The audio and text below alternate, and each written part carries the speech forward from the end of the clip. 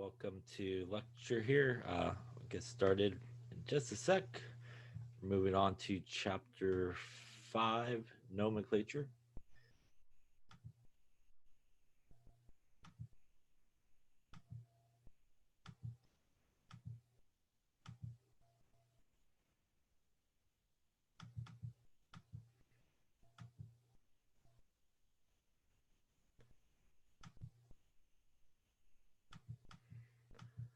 Okay, get some people in here. Okay, so we're going to talk about nomenclature in this chapter, which is basically a fancy way of saying naming. We've sort of covered some of this stuff in some other chapters, especially the parts about sort of putting ions together and sort of how to name ions. But we're going to talk about pretty much how to name everything, ionic compounds. Quiz is on Monday. So the quiz again is on Monday on the bonding stuff. So all that bonding chapter and all that good stuff. Okay.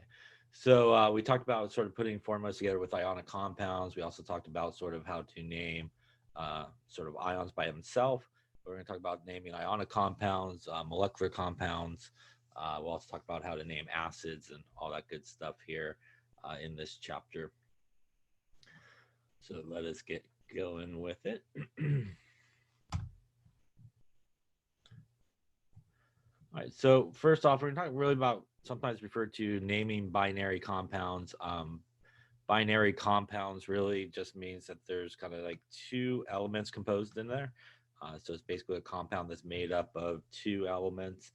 And, depending on sort of the elements that are present, does determine sort of the route or how we go about naming these compounds, whether it's sort of a metal and a nonmetal, which is an ionic compound, or whether it's two nonmetals together, which is more of a covalent or molecular compound. So just a reminder that, essentially the two types of bonding we talked about, again, is an ionic bond, which is usually between a metal and a nonmetal. And as we talked about with the bonding chapter, again, no sharing of electrons there, a transfer of electrons. And that's what creates our cation, which is positively charged, and our anion, which is negatively charged. And again, it's that electrostatic attraction between those two that basically hold that together. Again, no sharing of electrons at all. And that's different than, say, a molecular compound, which usually involves sort of covalent bonds. That's when we get two nonmetals together. And as we talked about in the bonding chapter, again, these two nonmetals, because they share very similar sort of properties, they're going to actually share electrons here. And as we talked about with the bonding, those electrons, again, may be shared equally. They may be shared unequally, but there's some aspect of a sharing that goes on there. And that's sort of how we break apart our naming sort of categories, sort of ionic guys, so positive and negative, and our covalently bonded guys or molecular compounds where we do have sharing of electrons. So in terms of ionic compounds, as I mentioned before, we could have a cation and an anion, a metal and a nonmetal. We will also see we can have a metal that is positively charged that will hook up with a polyatomic ion. And polyatomic ions, as we sort of saw a little bit in the bonding chapter as well, are groups of nonmetals that are together that are essentially a ion. We also could have a polyatomic positive guy and a nonmetal, or you could actually have two polyatomic ions together. And we'll talk more about polyatomic ions a little bit later on in this chapter. For our covalent guys, again, it's going to mainly be our two nonmetals together and sort of what we do when we put those guys together. And each of these will have sort of specific rules, and they, for the most part, don't really cross over. The only places where it crosses over is when we get the polyatomic ions involved. They're sort of named the same way a lot of times as the metal and nonmetals in terms of the sort of rules that we follow. So let's start with type 1 compounds, but before that, let's just kind of review again a couple of ways that we sort of name ions. So type 1 compounds are metals and nonmetals together. So it's an ionic compound, and it's a metal and a nonmetal. And really, whenever you get a metal and a nonmetal together in terms of naming, the really most important one is the metal. So the metal is always the sort of the most important when you're trying to determine sort of naming, and especially when it is combined with a nonmetal. But in general, what happens in terms of just ions, just to review here, if we have our cations, which all these guys are here, as we talked about, I think in a couple of chapters there, we essentially, to name these guys, we just use the entire name of the metal. So if we had Na plus, that would be our sodium ion. If we had Li plus, that would be our lithium ion. So we just use the entire name of our positive guy. If we Ca2 plus would be the calcium ion. Now, if we have our negative guys, like we also talked about, I think, in a previous chapter as well, those guys we use sort of the base of the name or the root of the name, and we replace the last part for our nonmetal with IDE. So oxygen, for example, becomes oxide when it has a charge, IDE. Sulfur becomes sulfide when it has a negative charge. So if you have just the ions by themselves, a couple important things about that. If you just have the ions by themselves and you need to write the formula, first off, if you need to write the formula for either a cation or an anion, because they are ions, they should have the charges in the formula. So when I write something like the sodium ion, I should put Na plus. I shouldn't just put Na because that obviously is not an ion, doesn't have a charge associated with it. Now, if I'm writing the formula for the oxide ion, I do want to put the -2 in there as well. And again, if we're just naming those guys by themselves, if it's a positive guy, whole name of the metal, and you typically put ion at the end of it if it's just the ion by itself, and the negative or anion guy, ID at the end. And again, if it's just the ion by itself, typically we put the like sulfide ion or oxide ion or something like that. Now, hydrogen, as we also, I think, maybe have talked about as well, is an interesting one. As you can see on this list in both places, it can be positive in certain cases, and it can be negative in other cases. I would say most of the time when you see hydrogen, it probably is the positive version of it, and that would be known as the hydrogen ion. When it is negative, it also gets the IDE at the end of it, and is known as hydride. So typically, hydrogen will be negative if it comes second in the formula behind a metal. So if you have something like LiH, that would be lithium hydride. And basically made up of two things, a lithium ion that's positively charged, the cation, and hydrogen here would be our negatively charged anion in this particular case. Any questions on that there?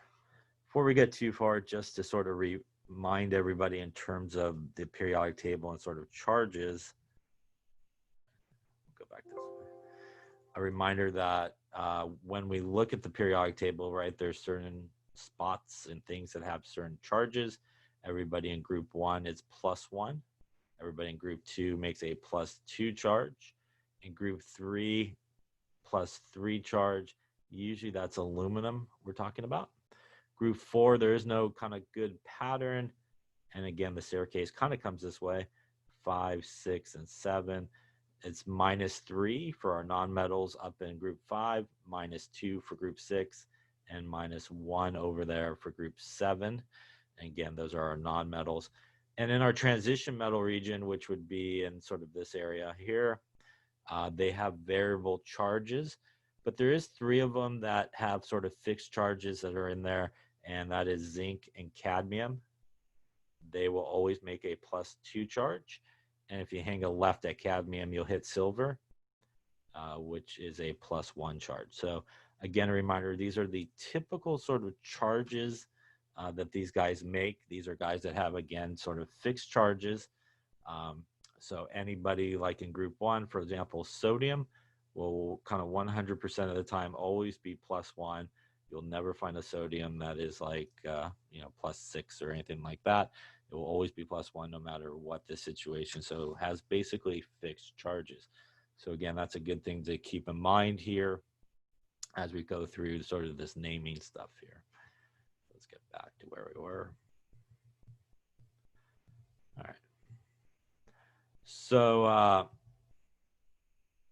what makes something really a type 1 compound and is that it's a metal and a nonmetal, but it is that metal, and that metal comes from either group 1, 2, or 3, or it's silver, zinc, or cadmium. So those are our guys that we were just talking about that have basically fixed charges. So they always have the same charge no matter what the situation is. Like I just mentioned, sodium will never ever be anything other than +1. Same thing if you go to group 2, calcium.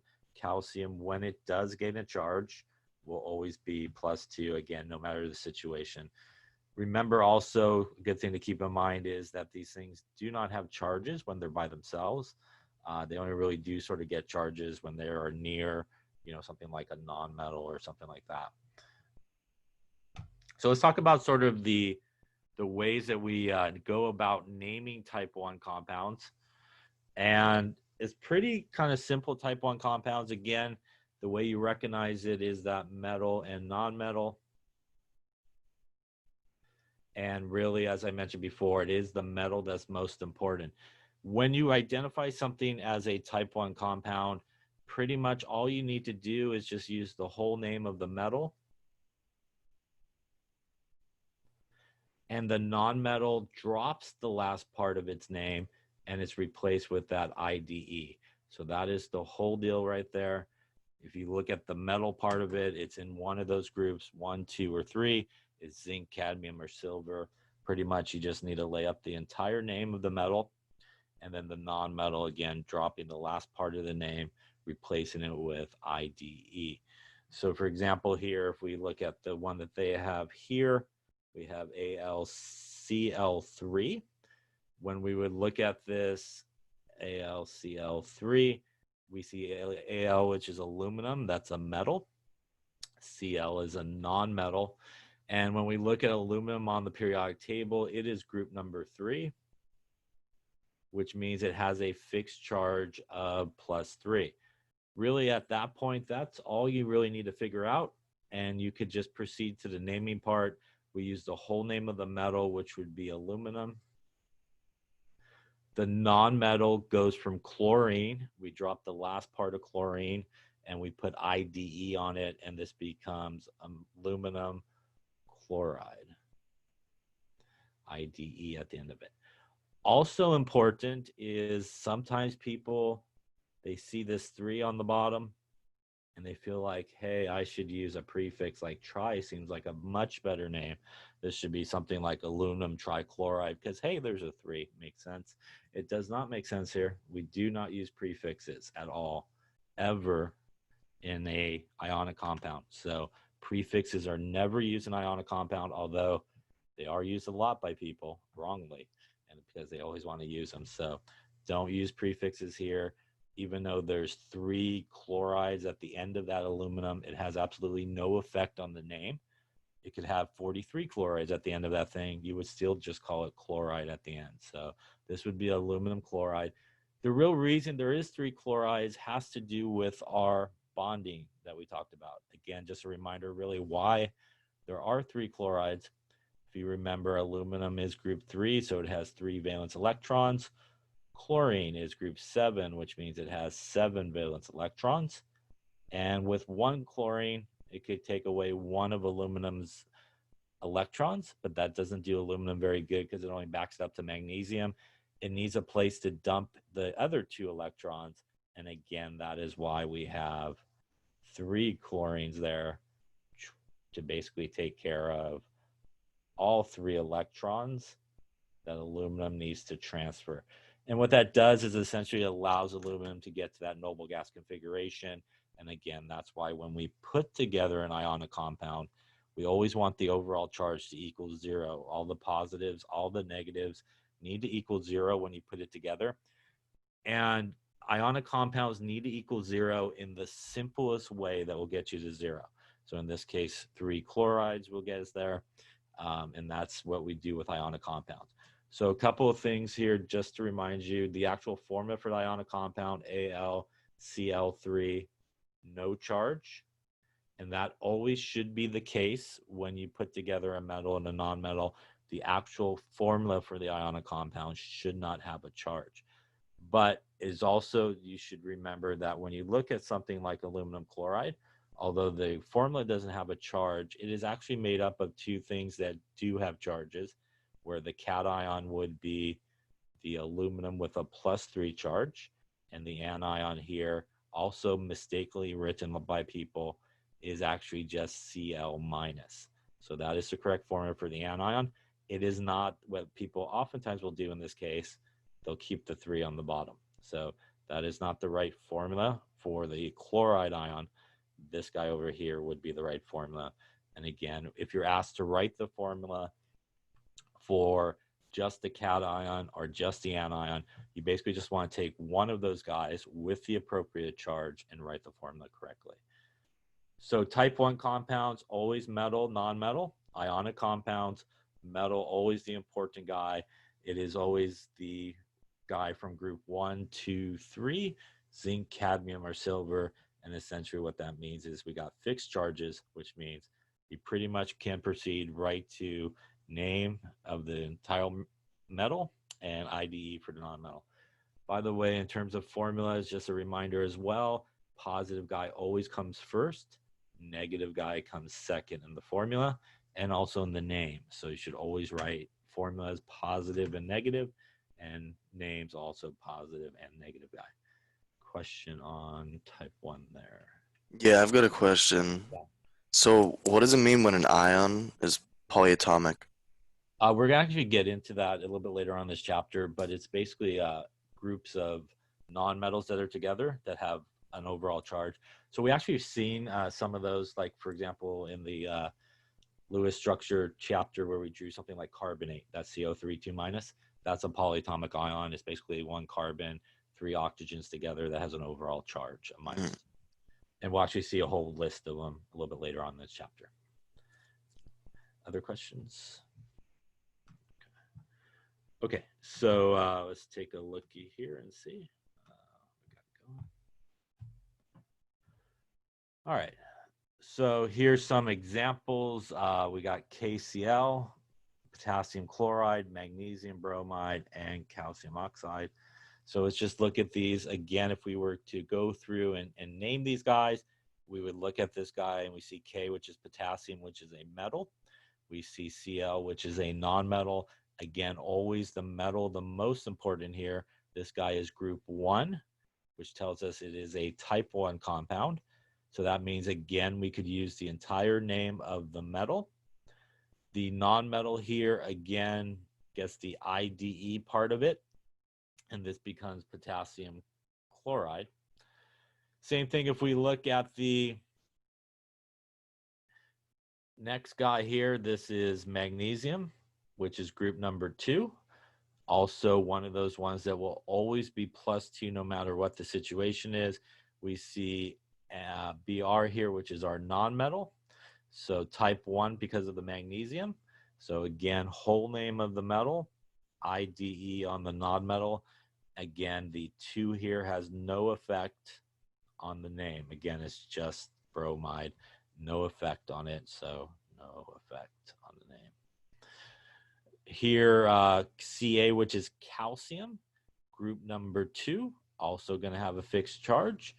Oxygen then becomes oxide, so whole name of the metal, IDE on the nonmetal there, so calcium oxide. Again, if we were to write the cation and anion for each of these, just so everybody's clear, each of these formulas, there is no charge. But again, for our potassium chloride, the cation would be K+, the anion would be Cl-, group 1 and group 7 on the periodic table. Magnesium bromide, the cation would be magnesium, which is group 2, would have a +2 charge. The bromide, again, if you're going to write the formula for just the anion, would be Br-. Down here is calcium, which is group 2, would have a +2 charge. Oxygen, which is group 6, would have a -2 charge. So again, these would be the proper formulas for the ions, and sometimes you are asked to put those together correctly in terms of charges and write the formulas for those guys. So if you're asked to write the cation formula, should have the charge, anion also should have the charge for each of these. But again, when we put it together to write the formula for the ionic compound, we do not have any charges in the ionic formula when we put the metal and the nonmetal together. Question on that? So to sort of answer the question was just asked a little bit about a polyatomic ion. This guy here, kind of a little ahead of schedule here, but this guy right here is a polyatomic ion. So Joseph, this guy right here. And what a polyatomic ion is a group of nonmetals. So if you remember from our bonding, if we drew this guy in terms of a Lewis structure, the sulfate would look something like this.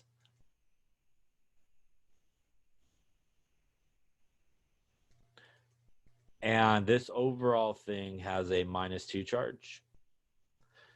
And it is actually, polyatomic ions are groups of nonmetals, and that's the sulfur and like the 4 oxygens that are here. And they are actually bonded together through sharing of electrons. They are actually covalently bonded. But as a result of sort of all of how they come together, they actually all end up with a overall charge, and that makes them an ion. So this is sulfate. That's an example of a polyatomic ion, and it's very common that polyatomic ions get hooked up with metals. And when we do that and we put them together, essentially we want to put them together the same way. Ultimately, this one sulfur and these 4 oxygens that are here in the picture on the right, they always stay together. They never break apart. They move around as a whole unit, and the entire thing has a -2 charge. So we're basically taking a +1 and a -2 and putting them together. So we do need 2 of the sodiums to get us to no charge. And this would be the correct formula if we put a metal and a polyatomic ion together. Again, we need 2 of these guys to get us an overall charge of +2 to balance out the -2 that is present as well. And this would be sodium sulfate. How you name this metal here is still the important part. When you have a metal and a polyatomic ion, this metal is still a type 1 metal, which means when we would go to name this guy, we would use the whole name of it, which is sodium, and we actually would just use the whole name of the polyatomic ion, which would be sulfate.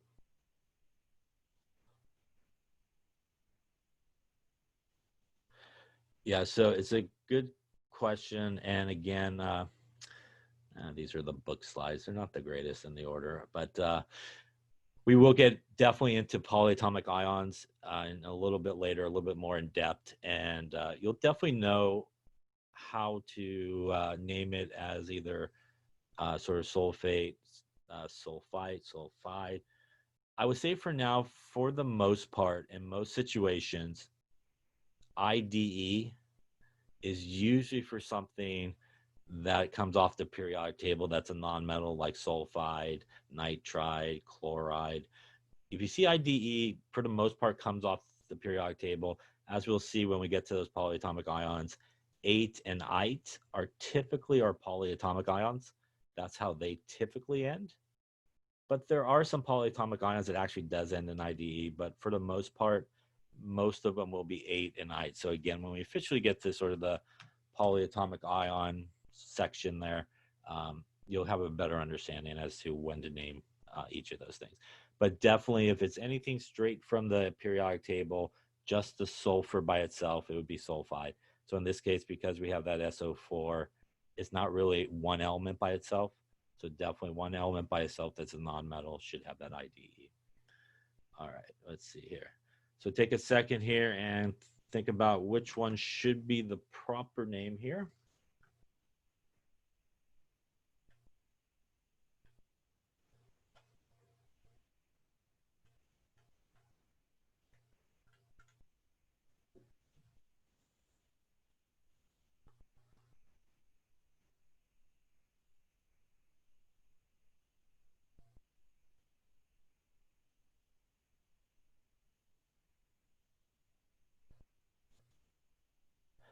Okay, so let's take a look. So if we look at this again, really the first thing you want to kind of do is sort of think about what two things you got going on there.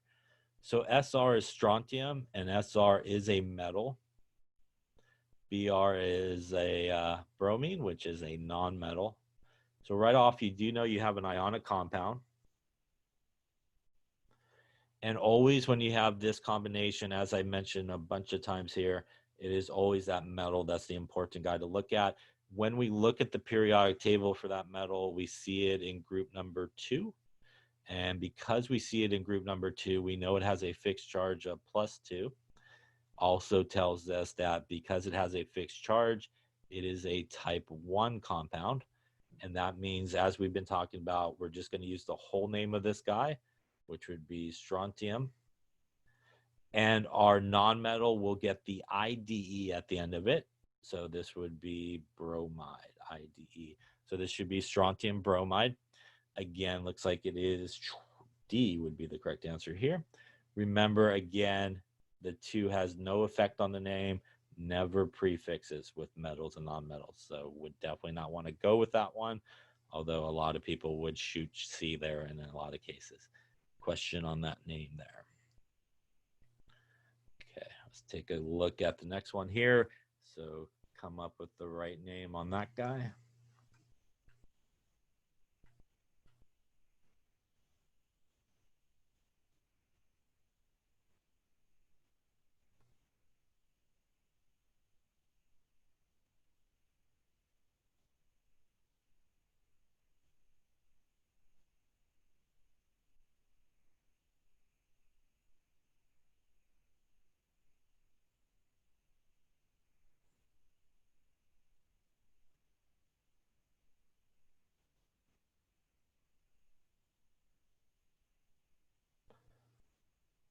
Okay, so let's take a look again. We want to kind of do the same dissection here. So we got Na, which is sodium, and that again is a metal.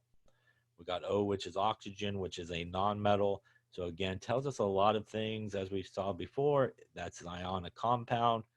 Since it is an ionic compound, we are going to focus in on the metal. We find the metal in group number 1, which means it has always a fixed charge of +1, which tells us again it is type 1 here, I'm sorry. And so that means we're just going to roll with the entire name of the metal, which would be sodium.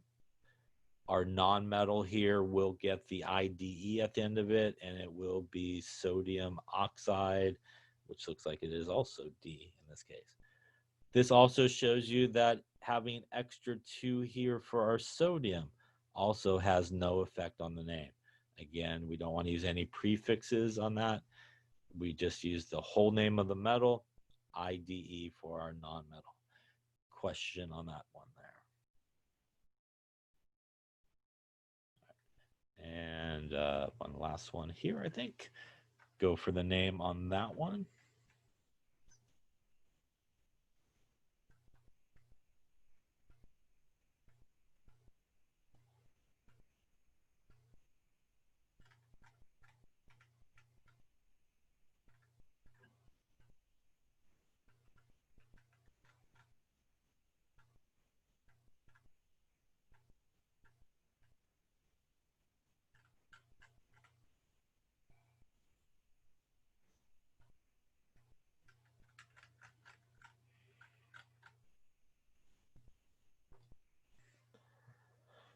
Okay, so let's take a look here. We got Al2S3. So same dissection here. We got Al, which is a metal, S, which is a nonmetal, telling us the same thing. We got an ionic compound. Here, aluminum is the important guy to look at. We find aluminum on group 3 of the periodic table, which then tells us it has a fixed charge of +3, again telling us that this is type 1.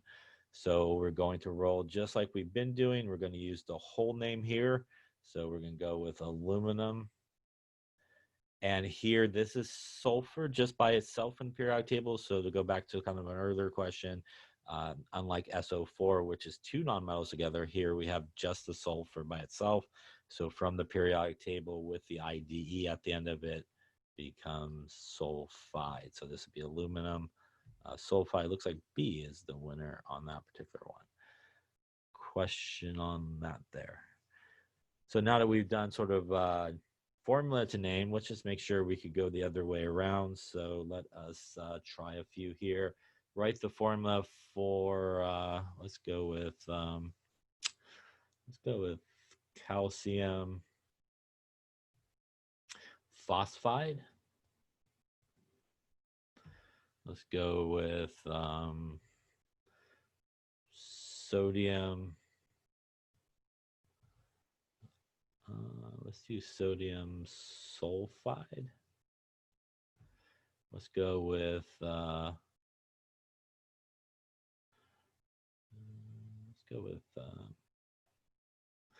actually let's go with zinc.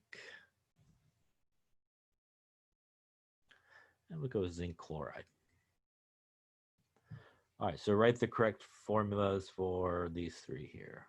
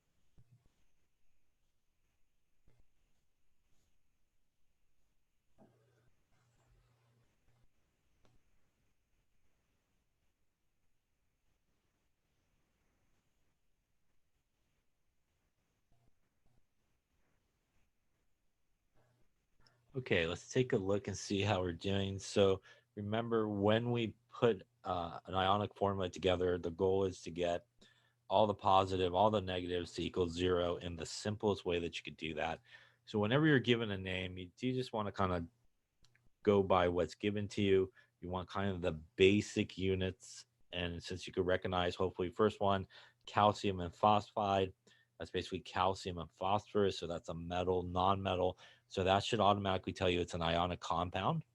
So when we go to calcium, which is group number 2, we know that calcium has a +2 charge. When we go to phosphide, again, this is IDE, most likely going to be from the periodic table. So that's going to be phosphorus.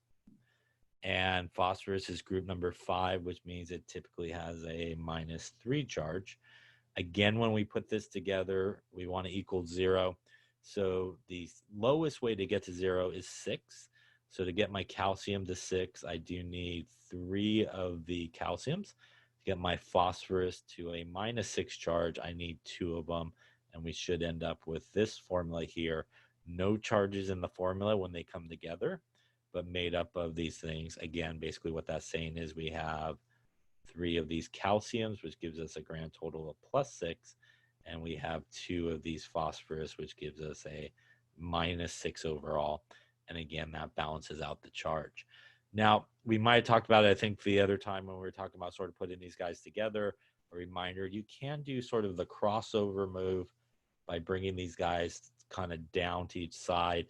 And as I mentioned before, does not work 100% of the time, maybe 92-ish% or so. So again, you just kind of want to blindly move the charges down. You probably, in a lot of cases, will get the right formula, but there definitely be a number of times where it will not give you the correct formula. So again, just sort of think about it in terms of the balancing aspect rather than just kind of blindly crossing those guys down. But if you do it blindly, I guess it won't be too bad because it does work a good amount of times. Number 2, we're looking at sodium, which is a metal.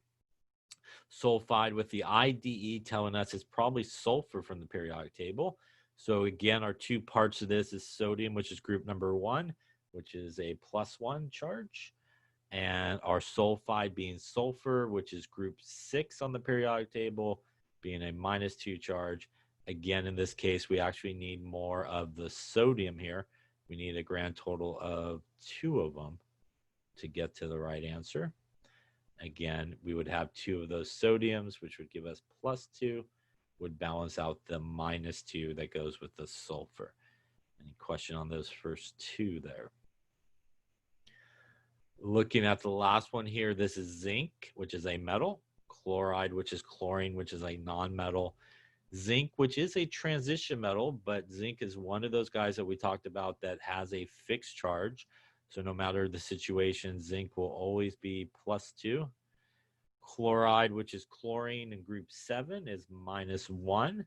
So again, when we put this together, we actually will need an extra chloride there to get us to -2 to balance out the +2 of zinc, and putting it together will get us this guy right here, ZnCl2. Question on type 1 compounds, how to name them, how to write the formulas, how to figure out what the cation and anion is. Any questions on any of that there? Why did you have to add a second chloride? So when we had to add a second chloride, it has to do with the idea that when we put together something that's positive and negative together, when you put it together, all the positive charge has to be balanced out by the negative charge. So if we just straight put these guys together 1 to 1, what we would end up with is ZnCl+, which is something that has a charge still. So an ionic compound's formula, when you put a metal and non-metal together, should never have a charge. So in order to get rid of that extra plus, we need to add 1 more chloride to it, right? So now when we put it together, we have ZnCl2. Overall charge is 0, basically, in that case. And really, the purpose of that is what that allows everybody to do is to get to the kind of noble gas configuration and be happy. So the ultimate goal of it is really what we were talking about in bonding, to get these metals and non-metals to that noble gas configuration. And again, in order to do that, they need to balance out their charge to 0, basically. Other questions? So you always want to make sure that when you put anything that is positively charged cation together with a negative charge, the overall charge does need to equal 0.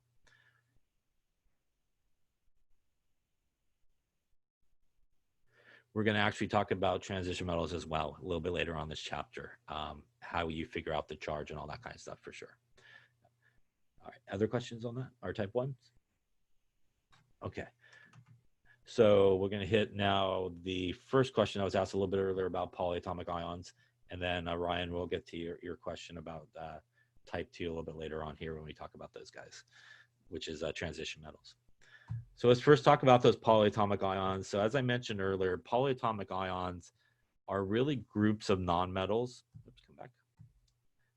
They're groups of nonmetals that are really covalently bonded together. So like the sulfate ion that I drew earlier, or even like the nitrate ion, you know, that looks like this that we drew when we were doing Lewis structures, something like our carbonate ion that we drew as well.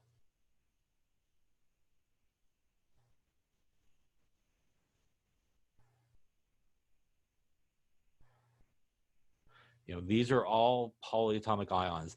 They are kind of weird things. They are groups of nonmetals that are covalently bonded together. They're sharing these electrons. But again, as a whole, they actually do have a charge. So they are considered ions. So as I mentioned before, when we look at something like NO3 minus, that one nitrogen and those three oxygens, because they are sharing these electrons here, they are always going to stay together. So sometimes people have a tendency when they do something with a polyatomic ion, they want to always kind of break it apart into all the individual elements and stuff like that. But because they are actually sharing electrons and are covalently bonded together, they do move around as a whole unit. So that one nitrogen, three oxygens will move around all together. It will never break apart into individual elements. And that overall thing has a -1 charge. Same thing with something like CO3, 2 minus. This one carbon and those three oxygens, which is here, again, are sharing electrons, which means they are bound together. They move around as a whole unit. They will never break apart into one carbon and three oxygens. They just move around, and the overall thing has a -2 charge. So these are groups of nonmetals that have charges, so they are considered ions, and they actually have special names. So for example, this guy is nitrate. This guy is known as carbonate. So they do have special names to go with them.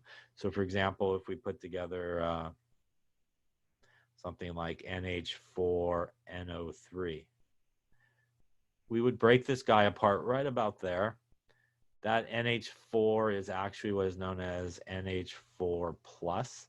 Again, a polyatomic ion where one nitrogen, four hydrogens are all bound together, has a +1 charge. This is our nitrate that I was just talking about, which is our NO3 minus. So ultimately, if we put these two guys together, it's an ionic compound. It is a +1 and a -1, which means we just need one of each, which is why when we write the formula for something like this, it is just one of each of those guys gives us that. It's basically +1 and -1 that has come together. They both have a special name. NH4 plus is what is known as the ammonium ion. It is probably the only positive polyatomic ion you'll come across. And this guy is obviously the nitrate ion when we talked about it just below there. So oddly, when you name these two things, you just use the names. So you would call this guy here, this would be ammonium nitrate. And that would be the name of it. So polyatomic ions are groups of nonmetals that are together that have charges. They have specific charges. They have specific names that you do need to know. Yeah, so you do need to memorize these guys. We'll see a table in just a second. The deal is, as we will see in just a second, is essentially most of the polyatomic ions are negatively charged, which means in most cases, you will probably find a polyatomic ion as a combination of a metal and polyatomic ion. So they are typically found kind of like this, usually a metal and a polyatomic ion coming together. And what that means is whenever you have a metal and a polyatomic ion that comes together, the metal is always the most important guy, just like we were doing with type 1. So if it's a type 1, you would use the whole name of the metal and the whole name of the polyatomic ion to name it. So that's how that sort of works when it's attached to a type 1 metal whole name of the metal just like we did before, and whole name of the polyatomic ion. So let us take a look at a table of polyatomic ions here. Again, you do need to memorize the formulas, the names, and the charges because it's going to really help you put together everything correctly. And they expect you to know this going into 1A as we talked about. So you do need to know these guys, kind of going into 1A. As you can see here, here's our ammonium, which is NH4 plus. It is pretty much the only kind of positive one that you will see. Everybody else here are negative on this chart. Now, there is a way to sort of learn these that's probably a good way. You want to maybe put together things that are related to each other. So, for example, if we look at NO3 minus and NO2 minus, these two guys are related to each other by the number of oxygens. So that's NO2 minus, which has 1 nitrogen and 2 oxygens and a -1 charge. NO3 minus, which has 3 oxygens and no nitrogen and a -1 charge. The only difference between these two is the number of oxygens. Again, the one with the least number of oxygens here is what is known as nitrite, ITE. This guy is known as nitrate, ATE. We could also see that with SO4 2 minus, 1 sulfur, 4 oxygens, and a -2 charge is sulfate, ATE. SO3 2 minus, which is 1 sulfur and 3 oxygens with a -2 charge, is sulfite, ITE.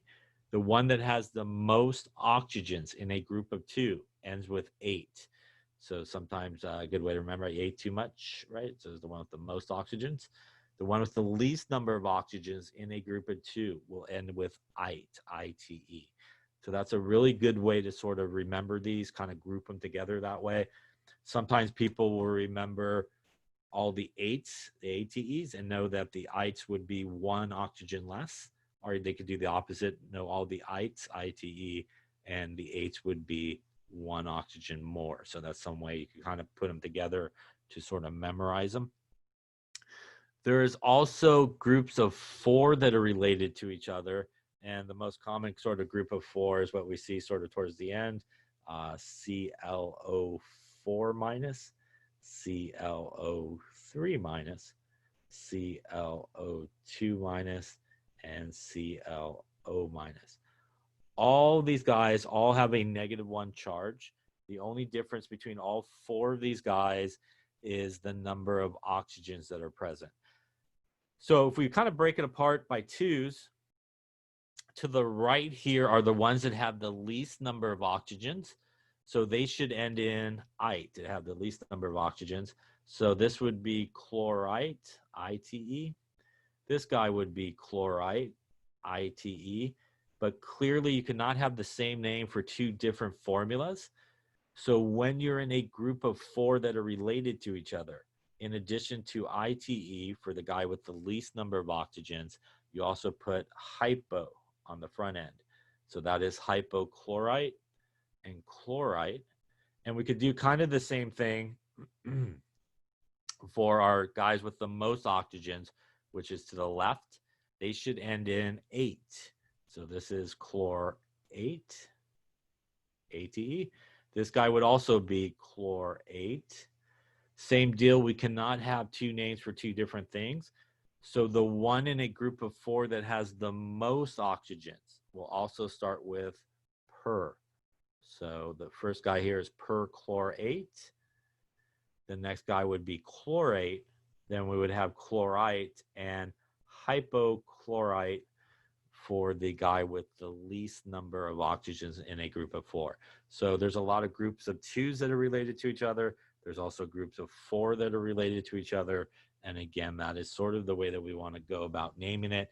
By the way, Cl here is a halogen, and you could replace that halogen with anybody in group 7, and it would be named the same way. So for example, if I had BrO3 minus, ClO3 minus is chlorate, BrO3 minus would be bromate. So it kind of works the same way. You could put I in there as well. IO3 minus would be iodate. So it's kind of named the same way, again, for that group of 4. So those are common kind of groups of 4 that come across. Other things that you will also see if you kind of look over this table before I scribble all over it, it's also found in your book.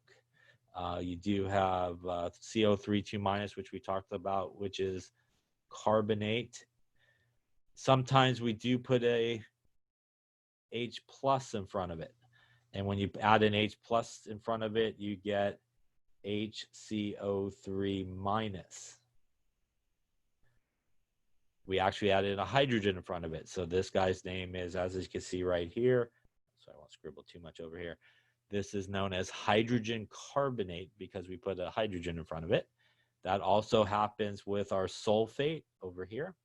Put an H plus in front of it, and we get hydrogen sulfate. If that's not bad enough, in addition, normally hydrogen, sometimes old school, they don't use hydrogen, they use bi instead. So this is what is known as bicarbonate. And same thing goes with the sulfate. It is sometimes referred to as bisulfate.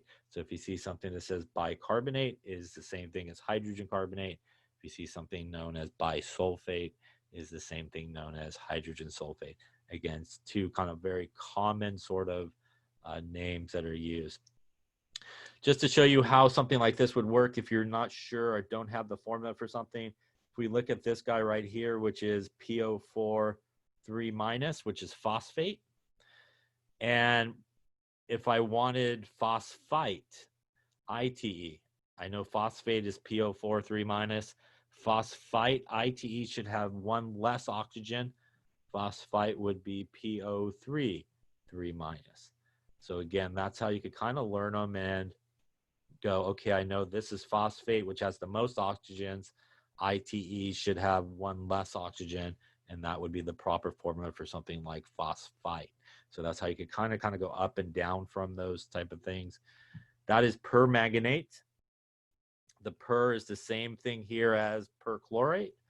That means that this guy has a group of 4 that are related to each other. So you could have something like MnO3 minus, which would be manganate. You could have something like MnO2 minus, which would be manganite, and MnO4, O minus, which would be hypomanganite. So you could kind of move it around very much like that, kind of going up and down. So the best thing to do on these is, unfortunately, kind of group them together, try to figure out a good way of memorizing them. And you do need to know the name and also the formula. Again, really important to know the charge as well so that you can put it together correctly in the formula. Now, before we move off this slide, as you can see on this slide, a vast majority of everybody on the slide, our polyatomic ions, do end in ATE or ITE.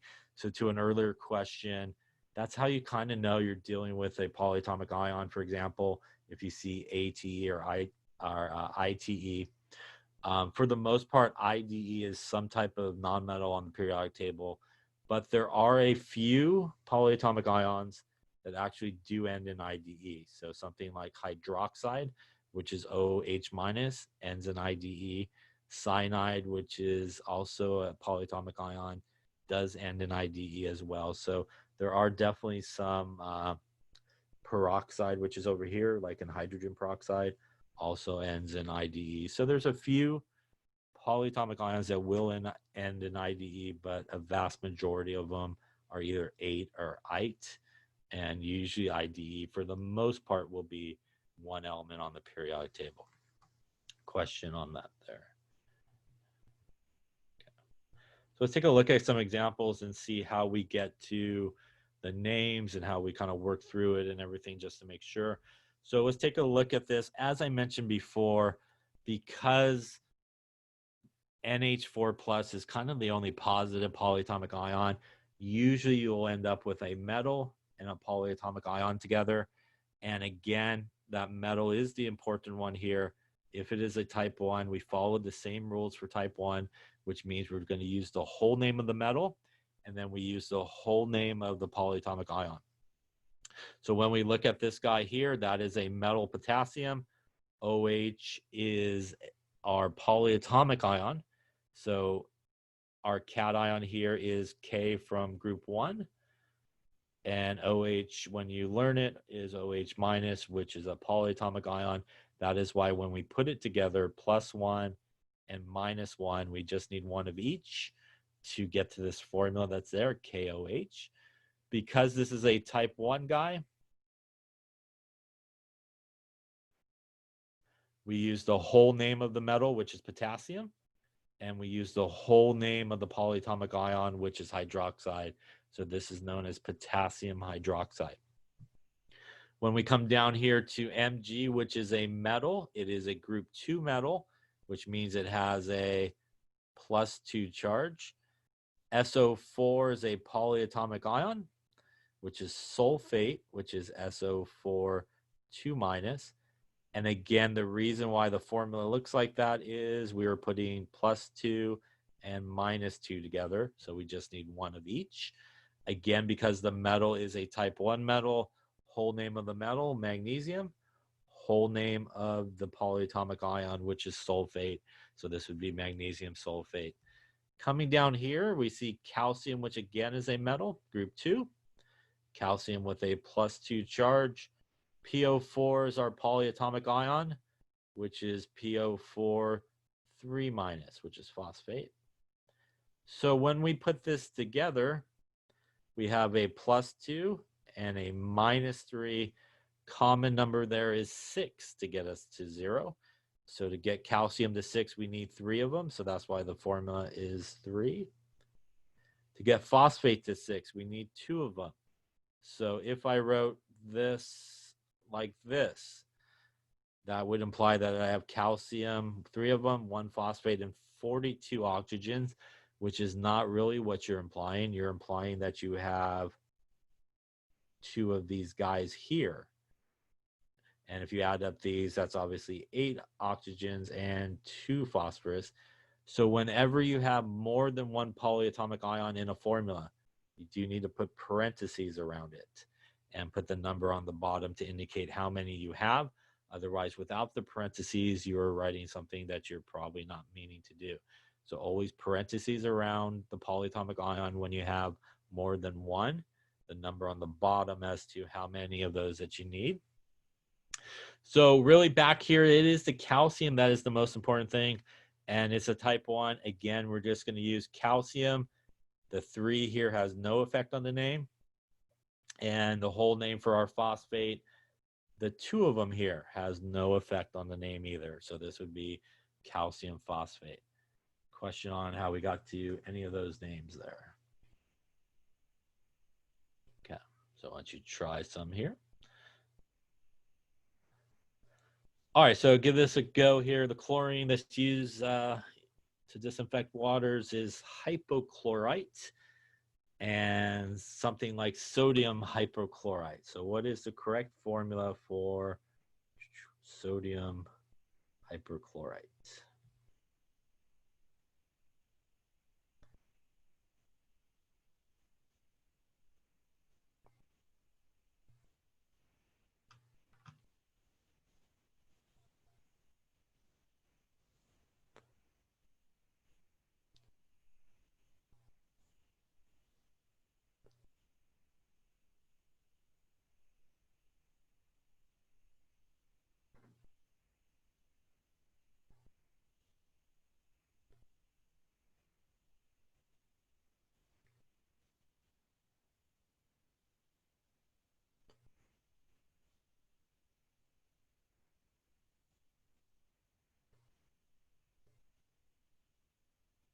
Okay, so again, we want to take the parts here. So sodium is group 1, so it should have a +1 charge.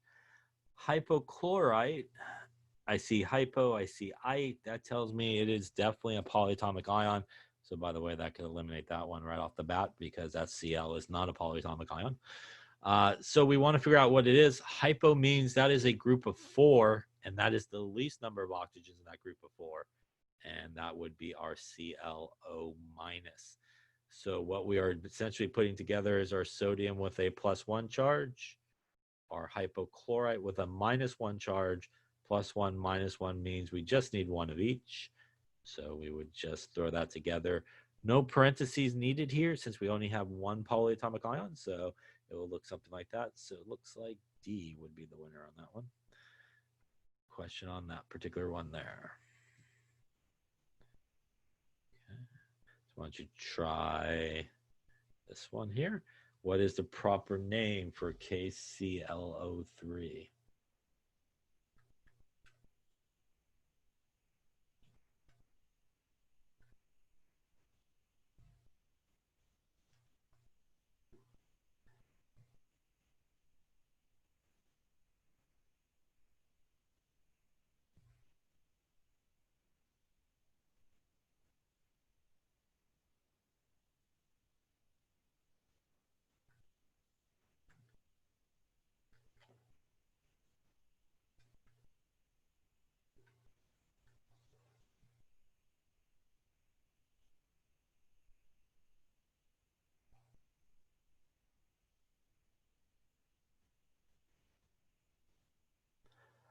Okay, so again, let's try to dissect this thing.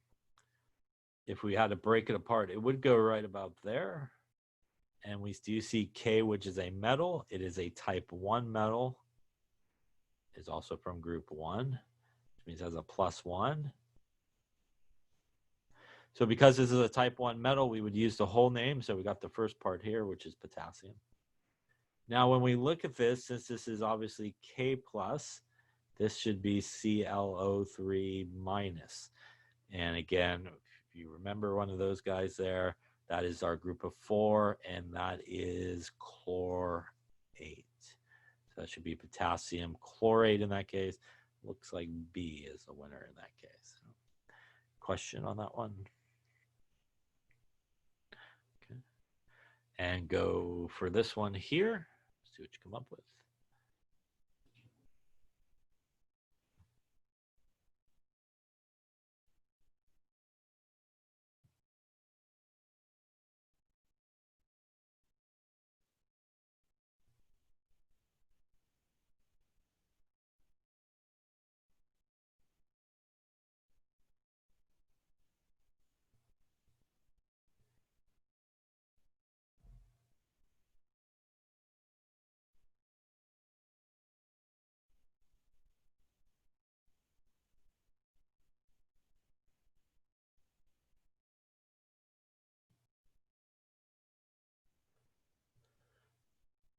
Okay, so let's take a look. So again, if we kind of go through the parts here. Here we have zinc, which is a type 1 metal. It has a fixed charge of +2. PO4 from that list is PO4 3-. And that is why when we look at the formula, we need 3 zincs, which would give us +6. We need 2 of these PO4 guys, which would give us -6 to balance it out. Again, we have our parentheses around our polyatomic ion. But really, because the zinc is type 1, we're just going to use the whole name of zinc. And we are going to use the whole name of our PO4 3-, which is phosphate. And this should be zinc phosphate. Looks like A is a winner there. Again, the 2 here has no effect on the polyatomic ion name, nor does the 3 for the zinc name either. So we just go with zinc phosphate. Question on that there.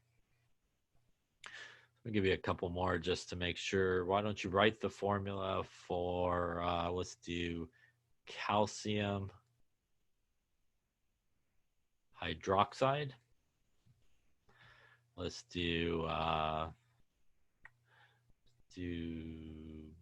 magnesium nitrate. Let's do ammonium sulfide. So come up with the formulas for those 3 guys there. See what you come up with. calcium hydroxide, magnesium nitrate, and ammonium sulfide.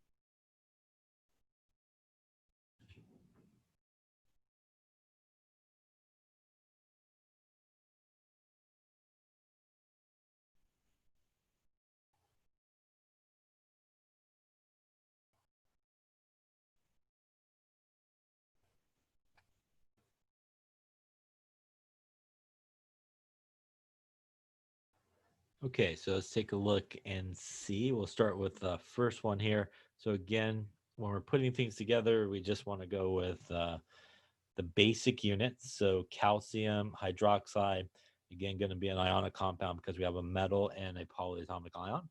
So calcium, which is group 2, should be +2. Hydroxide from that list is OH minus. So again, when we put this together, because that's a polyatomic ion, the overall thing has a -1. We essentially are putting a +2 and a -1 together, so we need to equal 0. So to do that, we need actually a second hydroxide there that gives us -2 and +2. So when we put that together, CaOH, and again, because we have more than one of the polyatomic ions, we do need those parentheses and the 2 on the bottom. So Ca parentheses OH2 on the outside tells us we have 2 of these hydroxides at -1 each, gives us -2, and 1 calcium at +2. Question on that formula there. Coming to our second one, magnesium nitrate. Again, magnesium being a metal, nitrate being a polyatomic ion. Going to need the basic parts of that. So magnesium, also group 2, will be +2. Nitrate will be NO3 minus. Again, same deal. This entire thing has only a -1 charge. So when we put it together there, we want to make sure that we equal 0. So we are going to need one more of these nitrates, and that will give us Mg. Also, again, need to put some parentheses around the polyatomic ion and the 2 on the bottom to tell us that we have 1 magnesium at +2. And we have 2 nitrates, each at -1, gives us a -2 overall. So everything is balanced in terms of the charge. Question on those two? Looking here at our third one, this is ammonium, which is a polyatomic ion, and this is sulfide, which is a nonmetal. In this case, we have a polyatomic ion and a nonmetal. You approach it the same way. So ammonium is NH4 plus. Again, 1 nitrogen, 4 hydrogens have a +1 charge. This is not a polyatomic ion. Again, a good hint of that is it is IDE. Again, for the most part, most polyatomic ions are 8 or 8. So sulfide would actually just be sulfur with a -2 charge from the periodic table. So same approach here. To get us to 0, we actually will need one more of those ammoniums. That will give us +2 for the positive and -2 for the negative. So because we have more than one polyatomic ion, we do need parentheses around it. We need the 2 on the bottom, and we just need 1 sulfur there. And that tells us that we have 2 of these ammoniums at +1 each, and 1 sulfur at -2, which gives us 0. And that would be the correct formula there for ammonium sulfide. Question on any of those formulas? Question on polyatomic ions and polyatomic ions with type 1 metals. Okay. So I think we will stop for now. What we're going to do is we're just going to finish the rest of our nomenclature lecture in lab.